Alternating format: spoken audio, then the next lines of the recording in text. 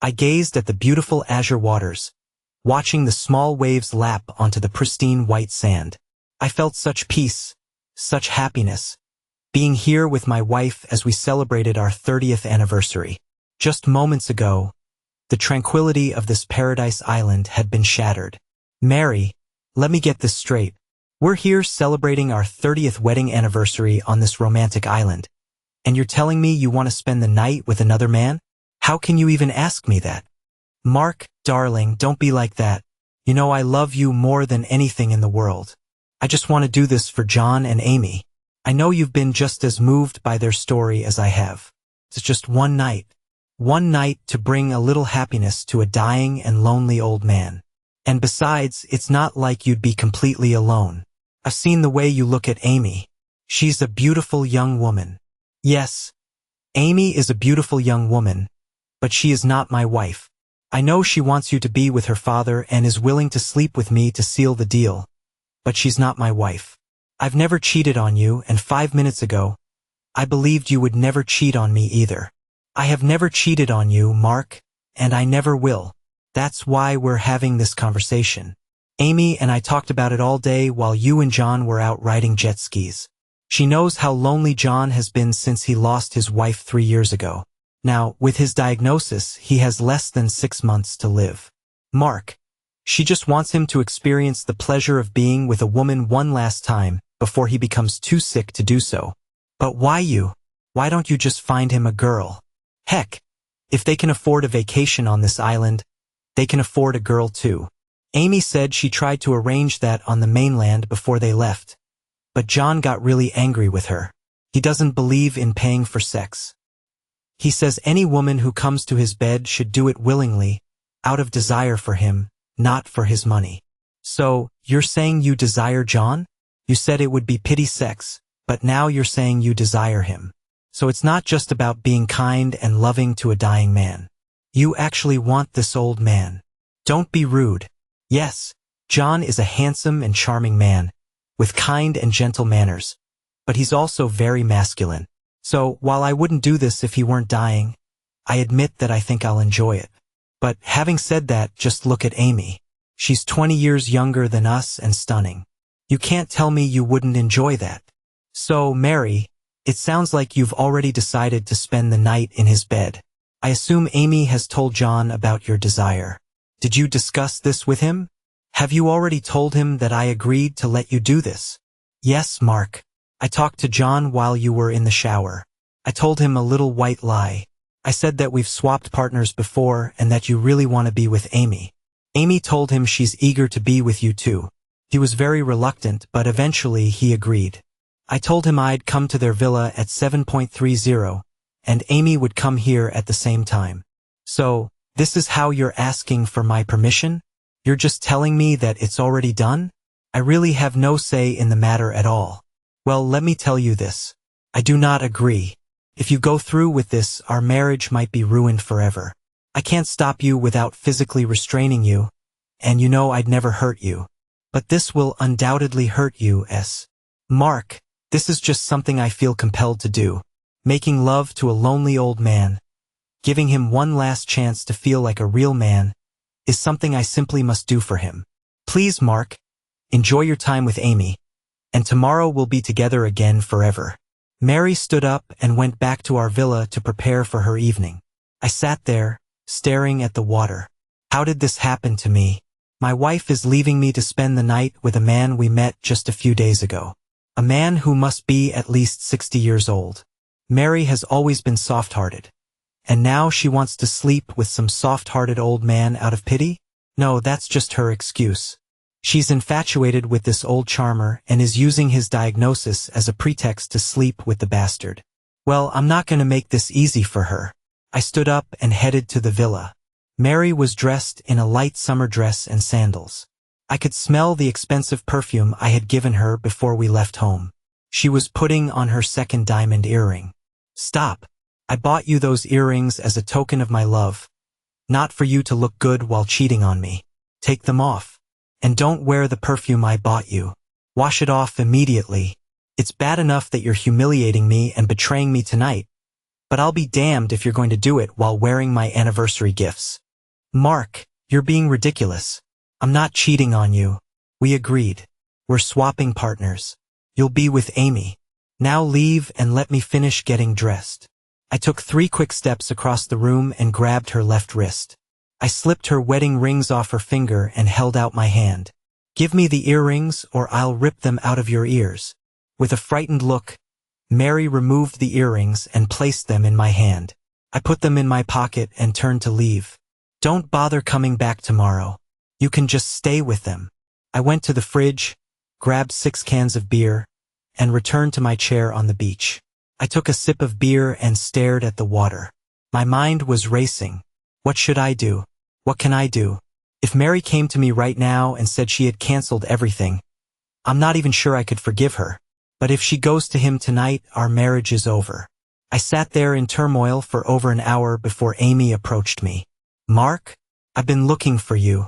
Do you want me to join you here? Or would you prefer to go inside? Amy walked around my chair and stood in front of me. Amy, you're a beautiful young woman, but I'm a married man, at least for now. I know you and Mary had an arrangement for tonight, but I never agreed to your plan. I told Mary the first didn't agree, and she wanted John anyway. She's cheating on me with your father, and I'm going to divorce her as soon as we get back home. Oh my God, Mark, you can't think like that. You know why she's doing this. It's an act of kindness. She's not cheating. She loves you, and I know you love her.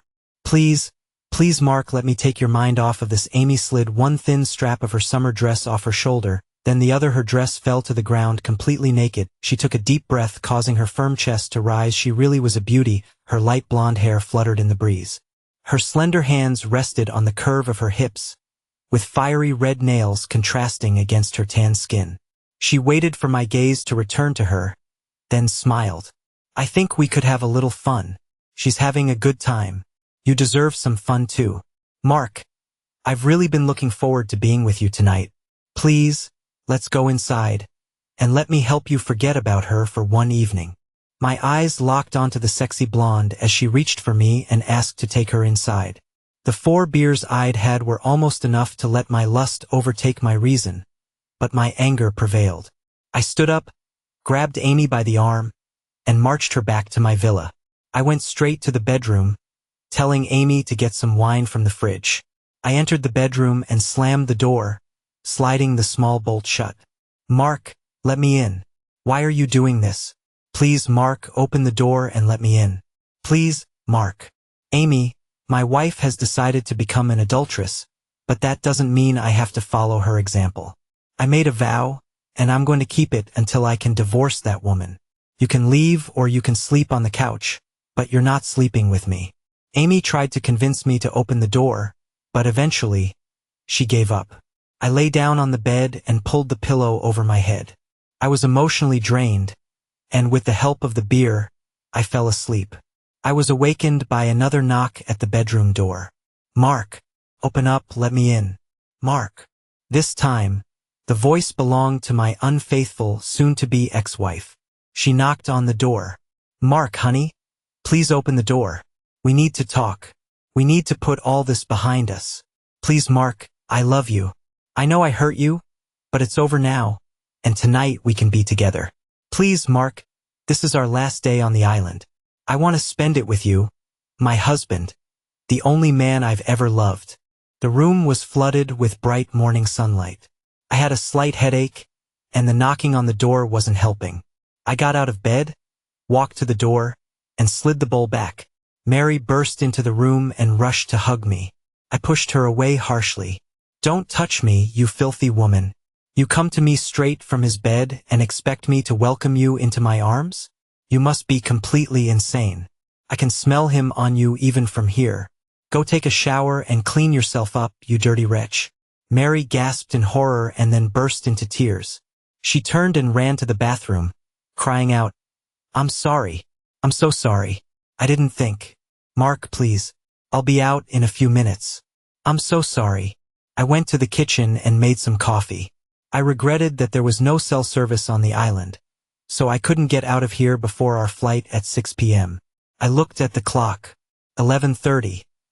That meant I had to be alone with her the whole damn day. Mary walked into the kitchen. She had wrapped a towel around herself, and her wet curls hung over her bare shoulders. 2 days ago, I would have jumped out of my chair and embraced my beautiful wife. Today, I just sat there, sipping my coffee and staring at her. Mark, I'm all clean now. I washed everything several times. Mark, please, I'm still me. I'm still your wife. Please, honey, say something. Put some damn clothes on, and then we need to talk about what's going to happen next. But Mark, aren't you going to take your wife back? Amy and John said you'd want me back. They said you'd want me more than ever. Please, Mark, I want you to take me back, to make me yours again. Shut your damn mouth, you filthy woman. I'm never touching you again. Now get your cheating ass in there and put some clothes on. Mary burst into tears and ran to the bedroom, slamming the door behind her. She returned as I was pouring the last of the coffee into my cup. Mary saw the empty coffee pot and realized there was no point in asking me to make more. She quietly filled the pot and turned it on. Once the coffee was brewed, she poured herself a cup and sat down at the table. Mark, Amy told me you locked her out last night. I don't understand why you did that. I thought you would have been having sex all night and then couldn't wait to tell me all about it this morning. I thought we'd have a good laugh about our adventures and then you'd make love to me all day. God, who the hell are you? You can't be the same woman I married 30 years ago. How could you even believe that I would agree to this damn plan? Mark, we're on a tiny island. The other 2 villas are empty, so it's just the 4 of us. No one will ever know what we did here. You had a beautiful young woman begging you to have sex with her, and you had my blessing to do it. What sane man would pass up that opportunity? You just don't get it. I loved you. Only you. It doesn't matter that no one else would have known what I did, because I would have known what I did. I made a vow, and vows mean that you do what you promised, even when no one is watching. Obviously, your vows meant nothing to you, but to me, they meant everything and you broke them. Mark, I thought you would enjoy it. I knew it might hurt a little at first, but I thought that once you started with Amy, you'd really like it. I didn't know you locked yourself away from her in the bedroom until she told us this morning. I just assumed you had a wonderful night. Just like you, Mary? You mean like your wonderful night? Having dirty sex with John. Yes, damn it. It was a wonderful night. John is an amazing lover. And I did have a wonderful night. You could have had a wonderful night too, but knew you had to be a damn saint. Well, it's your own damn fault that you missed out on your wonderful evening. I waited until I had my anger under control. Then I calmly said, No, Mary, I've already had 5 wonderful nights with you. I didn't need a wonderful night with Amy. I was looking forward to another wonderful night with you, but you chose to be with John because you believed he needed you. Well, I needed you too, but I guess that just didn't matter to you. I got up and walked to my lounge chair. I pulled my beach hat down over my eyes and tried to fall asleep. About an hour later, a large shadow loomed over me. I looked up into the smirking face of my wife's lover. Hey, buddy, I'm really sorry about the confusion. I swear. I thought you were on board with the plan last night. He tried to sound sincere, but he couldn't completely hide his smirk. That's when I realized it had all been a setup. This lying bastard sold Mary a sob story, and the foolish woman fell for it. This guy gets his kicks out of sleeping with married women and uses Amy to help make it happen. I understand, John. I slowly stood up. John extended his right hand for a handshake. I looked at his face, and his smirk was triumphant. He really believed he had outplayed me. I casually lifted my left hand in an awkward handshake. John glanced down at my left hand. I raised my right fist and drove it into his throat. John immediately grabbed his throat with both hands and staggered back. I stepped forward and did my best to send his jewels back to the mainland. John dropped to his knees and I struck him in the temple with my elbow. I seriously considered dragging his limp body into the water and drowning the son of a bitch, but then I heard Mary scream. I turned to see her running toward me. She rushed past me straight to the unconscious body sprawled on the beach. Oh my God, what have you done? Oh John, are you okay? Mary lightly slapped John, trying to bring him back to consciousness. I had to laugh. She slapped him right near the spot where I had elbowed him, and I thought, that's gotta hurt. Really hurt. I returned to the villa and went inside to grab a beer and something to eat. I sat on the porch and watched as Mary and Amy helped the staggering John back to the villa. When he got closer, he turned and looked at me. The triumphant smirk was gone, replaced by nothing but fear.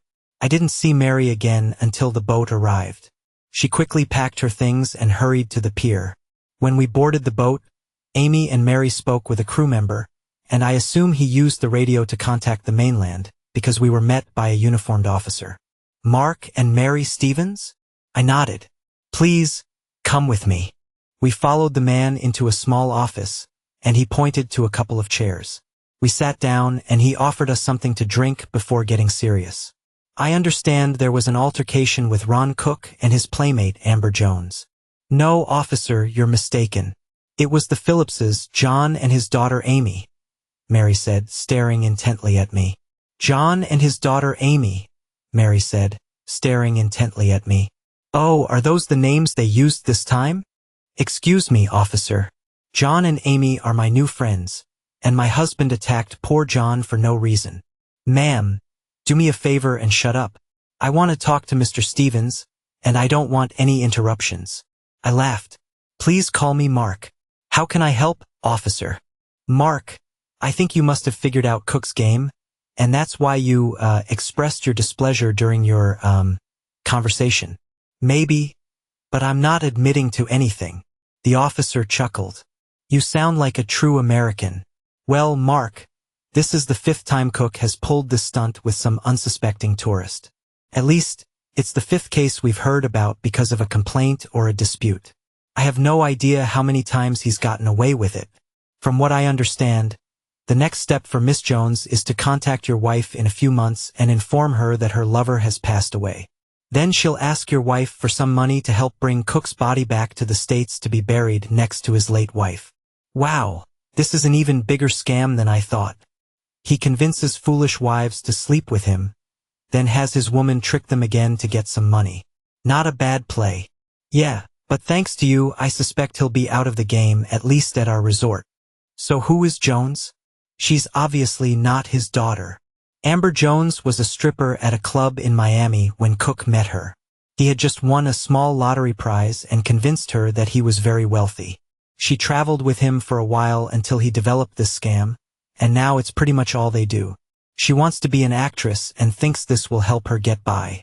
Cook just loves cuckolding husbands and then making their foolish wives send Amber money. He bragged that it's like getting the cuckolds to pay him for sleeping with their wives. At that moment, Mary, with tears streaming down her face, began to sob and lament.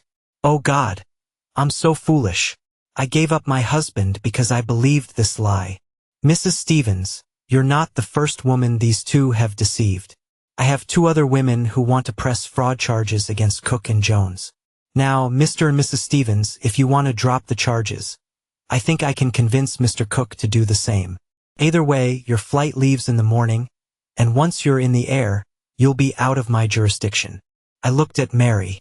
She nodded and said, I just want to go home. Please, Mark, just take me home. After we returned home, Mary tried to convince me how sorry she was for doing something so horrible. She claimed that she had been deceived or maybe even hypnotized by John and wasn't in her right mind when she cheated. I served her divorce papers 5 days after we landed. She had a nervous breakdown and was hospitalized for several months. That didn't stop the divorce. She tried to get our adult children to intervene and help her, but once I told them the whole story, they refused to assist her. Eventually, she gave up and we agreed to a standard 50-50 split. We sold the house for a nice sum. I have to pay alimony for the next 10 years, and after that, she'll have a decent nest egg to rely on. Sometimes I look back on it all and marvel at how a trip to paradise ended my 30-year marriage and left me to grow old completely alone. Fortunately, my daughter had other plans for me and introduced me to her neighbor. We hit it off, and it looks like things might get serious, but I can guarantee that we won't be spending our honeymoon on a paradise island.